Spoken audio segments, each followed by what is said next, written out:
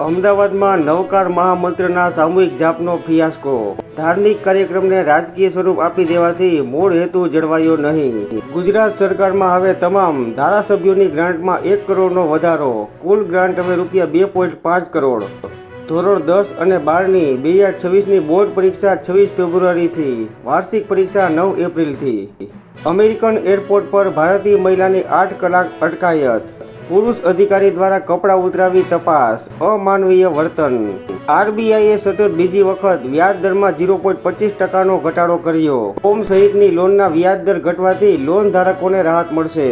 America સામે ચીન પછી યુરોપ પણ મેદાનમાં। યુરોપિયન યુનિયને અમેરિકા પર $23 અબજ ટેરિફ નાખ્યો। ફ્રાન્સ પાસેથી ₹64,000 કરોડમાં 26 રાફેલ જેટ ખરીદવા મંજૂરી। ટેરિફ વોર વચ્ચે અમેરિકી પ્રમુખની તુમાખી। અમેરિકા સાથે ટ્રેડ ડીલ કરવા વિશ્વના નેતાઓ મરવા પડે છે। તહવ્વુર રાણાને આજે ભારત લવાશે।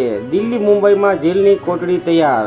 ગુજરાત બોર્ડ હેઠળની પ્રાથમિકથી માંડી માધ્યમિકની સ્કૂલો એપ્રિલથી શરૂ કરવાનો અમલ ન થતા સરકારે અંતે ઠરાવ જ રદ કર્યો। રાજકોટમાં 133 વર્ષમાં એપ્રિલનો સૌથી ગરમ દિવસ। કંડલા 45.6, જ્યારે રાજકોટ 45.2 સાથે સૌથી ગરમ। રાજ્યમાં તાપનો પ્રકોપ। રાહુલની આગાહી, ટેરિફને પગલે આર્થિક તોફાન આવશે। ભાજપ પાસે ધનસત્તા છે, કોંગ્રેસ પાસે સચ્ચાઈ અને પ્રજાનો પ્રેમ છે। રાહુલ ગાંધી। અમેરિકા ચીન વચ્ચે ટ્રેડ વોર વધુ વકરતા સોનામાં આંચકા બચાવી ફરી ઝડપી તેજી। 44 કંપનીઓ દ્વારા ₹66,000 કરોડના આઈપીઓ મોકૂફ। સોના સામે લોન પૂરી પાડતા વિવિધ ધિરાણદારોના નિયમોમાં સમાનતા લવાશે। ટેરિફ વોરને કારણે રિઝર્વ બેંક ફુગાવા કરતા આર્થિક વિકાસ બાબતે વધુ ચિંતિત।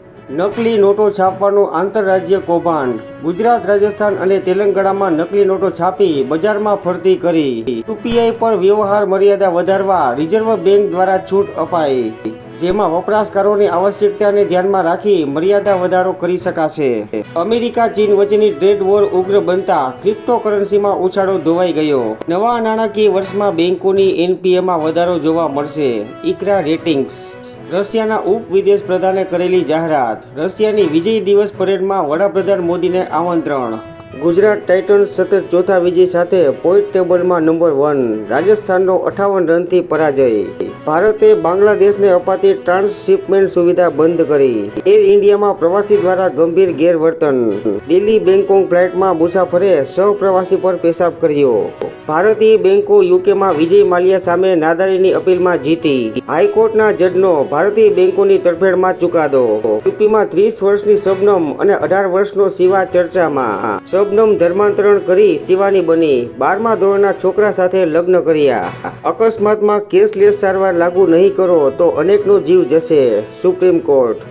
સૌરાષ્ટ્રમાં માર્ચમાં સૌથી વધુ હીટવેવ, પણ હવે ચોમાસું સારું રહેવાનું અનુમાન। હળવદમાં 39 ગેરકાયદે બાંધકામો ઉપર વહીવટી તંત્રે બુલડોઝર ફેરવ્યું। ગોહિલવાડમાં આજે મહાવીર સ્વામી જન્મ કલ્યાણકની ઉજવણી કરાશે। નાણાં ખાતાએ રિટર્ન માટેનું નવું ફોર્મ જાહેર કર્યું। દરોડાની ઝપટમાં આવેલા કરદાતાએ 6 વર્ષની છુપાવેલી આવક જાહેર કરવી પડશે। મરીન પોલીસ દ્વારા પેટ્રોલિંગ સમયે કાર્યવાહી। સલાયા અને ઓખાના 4 માછીમારો સામે ફિશરીઝ એક્ટ હેઠળ ગુનો દાખલ। આરોગ્ય વિભાગના અધિક સચિવ દિનેશ પરમારે ₹30 લાખની લાંચ માગી।